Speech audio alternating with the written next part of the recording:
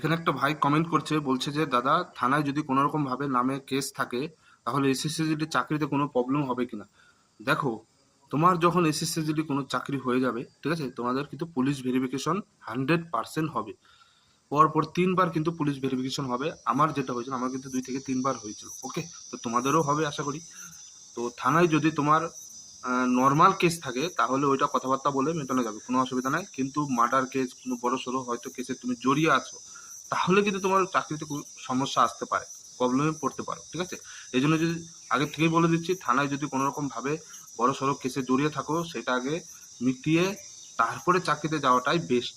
ওকে, ছোটোখাটো যদি কেস থাকে আমার মনে হয় কোনো রকমভাবে প্রবলেম হবে না।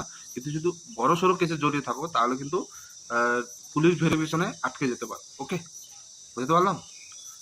তাছাড়া কোনো চাকরি কোনো প্রবলেম হবে না তোমার। ওকে, ভিডিও ভালো লাগলে ভিডিওটি লাইক করবে আর কমেন্ট করে যাবে।